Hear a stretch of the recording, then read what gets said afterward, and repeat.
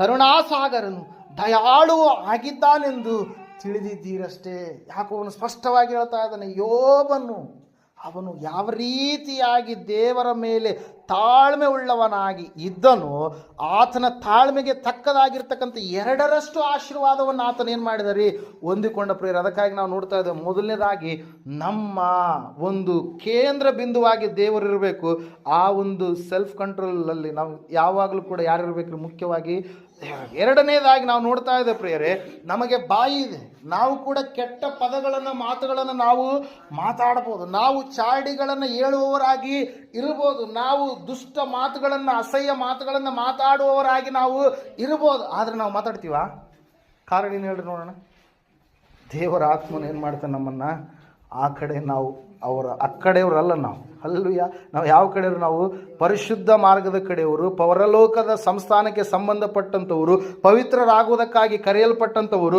ಅದಕ್ಕಾಗಿ ನಮ್ಮ ಬಾಯನ್ನು ನಾವು ಹೆಂಗೆ ಇಟ್ಕೊಬೇಕಂತ ಹೇಳುತ್ತೆ ವಾಕ್ಯ, ಶುದ್ಧವಾಗಿ ನಾವು ಇಟ್ಟುಕೊಳ್ಬೇಕು. ಅದ್ರ ಸಲುವಾಗಿ ನಾವು ನೋಡ್ತಾ ಇದ್ದೇವೆ, ದೇವ್ರ ವಾಕ್ಯ ಹೇಳುತ್ತೆ, ಸತ್ಯವೇದ ಹೇಳ್ತಾ ಇದೆ, ಬಾಯನ್ನು, ನಾಲಿಗೆಯನ್ನು ನಾವು ಸಂಪೂರ್ಣವಾಗಿ ನಮ್ಮ ಹತೋಟಿಯಲ್ಲಿ ನಾವು ಇಟ್ಟುಕೊಳ್ಳುವವರಾಗಬೇಕು. Hallelujah, price lord. ದೇವರು ನಮಗೆ ಸ್ವತಂತ್ರ ಕೊಟ್ಟಿದ್ದಾನೆ. ಪುನಃ ನಾವು ದಾಸತ್ವದ ಕಡೆಗೆ ಹೋಗಬಾರದು. 5ನೇ ಅಧ್ಯಾಯ ಗಲಾತ್ಯದವರಿಗೆ ಬರೆದ ಪತ್ರಿಕೆ 1ನೇ ವಚನದಲ್ಲಿ ನಾವು ನೋಡ್ತಾ ಇದ್ದೇವೆ, ಕ್ರಿಸ್ತನು ನಮ್ಮನ್ನು ಸ್ವತಂತ್ರದಲ್ಲಿ ಇರಿಸಬೇಕೆಂದು ನಮಗೆ ಬಿಡುಗಡೆ ಮಾಡಿದನು, ಅದರಲ್ಲಿ ಸ್ಥಿರವಾಗಿ ನಿಲ್ಲಿರಿ, ದಾಸತ್ವದ ನೊಗದಲ್ಲಿ ತಿರುಗಿ ಸಿಕ್ಕಿಕೊಳ್ಳಬೇಡ್ರಿ. ಎಫೆಸದವರಿಗೆ ಬರೆದ ಪತ್ರಿಕೆಯಲ್ಲಿ ಇನ್ನೂ ಅನೇಕ ವಿಷಯಗಳನ್ನು, ಸಂಗತಿಗಳನ್ನು ಪೌಲನು ತಿಳಿಸ್ತಾ ಇದ್ದಾನೆ. ನಿಮ್ಮ ಬಾಯ ಮಾತಿನ ವಿಷಯವಾಗಿ ನೀವೇನು ಮಾಡಬೇಕಾಗುತ್ತೆ, ಮುಂದೆ ಲೆಕ್ಕ ಒಪ್ಪಿಸಬೇಕಾಗುತ್ತೆ.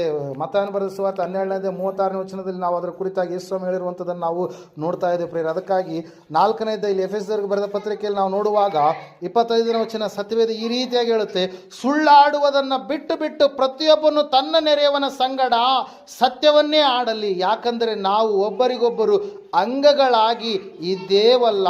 Hallelujah, praise the lord. ನಮ್ಮ ಮಾತು ಸಂಪೂರ್ಣವಾಗಿ ಸ್ಥಿರವಾಗಿ ದೇವರನ್ನು ಮೆಚ್ಚಿಸುವಂಥ ಮಾತಾಗಿರಬೇಕೆ ಹೊರತಾಗಿ ಅದನ್ನು ಅನುಕೂಲಕ್ಕೆ ತಕ್ಕದಾದಂಥ ಭಕ್ತಿ ವೃದ್ಧಿಗಾಗಿ ಮಾತಾಡುವವರಾಗಿ ಇರಬೇಕು ಹೊರತಾಗಿ ನಮ್ಮ ಮಾತಿನ ವಿಷಯದಲ್ಲಿಯೂ ಕೂಡ ನಾವು ನ್ಯಾಯ ವಿಚಾರಣೆಗೆ ಒಳಗಾಗುವುದಕ್ಕಾಗಿ ಇರುವಂಥ ಸಮಯದಲ್ಲಿ ನಮ್ಮ ಮಾತುಗಳನ್ನು ಕೂಡ ನಾವು ಹೆಂಗಿರ್ಬೇಕ್ರಿ, ಸೆಲ್ಫ್ ಕಂಟ್ರೋಲಲ್ಲಿ ಇಟ್ಕೊಳ್ಬೇಕು. ಕ್ಷಮೆ ದಮೆಯ ಒಳಗಡೆ ಇಟ್ಕೊಂಡವರಾಗಿ ನಾವು ಮಾತಾಡುವವರಾಗಿ ಇರಬೇಕು ಪ್ರೇರ. ಅದಕ್ಕಾಗಿ ನಾವು ನೋಡ್ತಾ ಇದ್ದೇವೆ, ಮಾತೆ ಮುತ್ತು ಮಾತೆ ಮೃತ್ಯು ಅಂತೇಳಿ. Hallelujah, praise the Lord. ಮಾತೆ ಮುತ್ತು, ಅದೇ ಮಾತಿನಿಂದನೇ ನಾವು ಇತರರನ್ನು ಕೂಡ ಸಾಯಿಸ್ಬೋದು. ಮತ್ತೆ ಹೇಳುತ್ತೆ, ನಾವು ಗಾದೆ ಮಾತಲ್ಲಿ ನಾವು ನೋಡುವಾಗ, ಮಾತು ಆಡಿದರೆ ಹೋಯ್ತು, ಮುತ್ತು ಹೊಡೆದ್ರೆ ಹೋಯ್ತು. ಹೊಡೆದಂಥ ಮುತ್ತನ್ನು ಮತ್ತೆ ಕೂಡ್ಸೋಕ್ಕಾಗುತ್ತಾ?